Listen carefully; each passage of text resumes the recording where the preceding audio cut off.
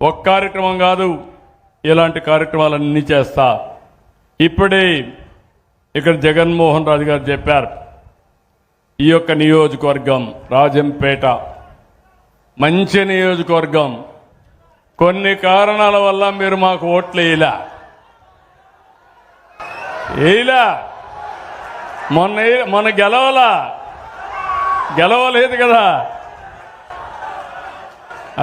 అదేనయ్యా, జిల్లా అంటున్నావు, జిల్లా కావాలి. బట్ మోసం చేసే వాళ్ళకి ఓటేసిరి.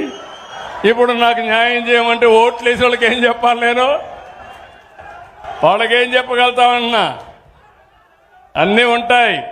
మీరు కూడా ఎవరైనా సరే అభ్యర్థి ముఖ్యం కాదు, పార్టీ ముఖ్యం.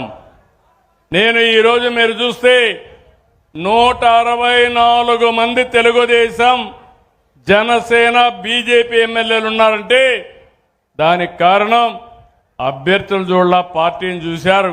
నేను కూడా హామీ ఇస్తున్నా, పార్టీలుగా కంట్రోల్ చేస్తాం, ప్రజలకు న్యాయం చేసే బాధ్యత మేము తీసుకుంటామని కూడా మీ అందరికీ హామీ ఇస్తున్నాను.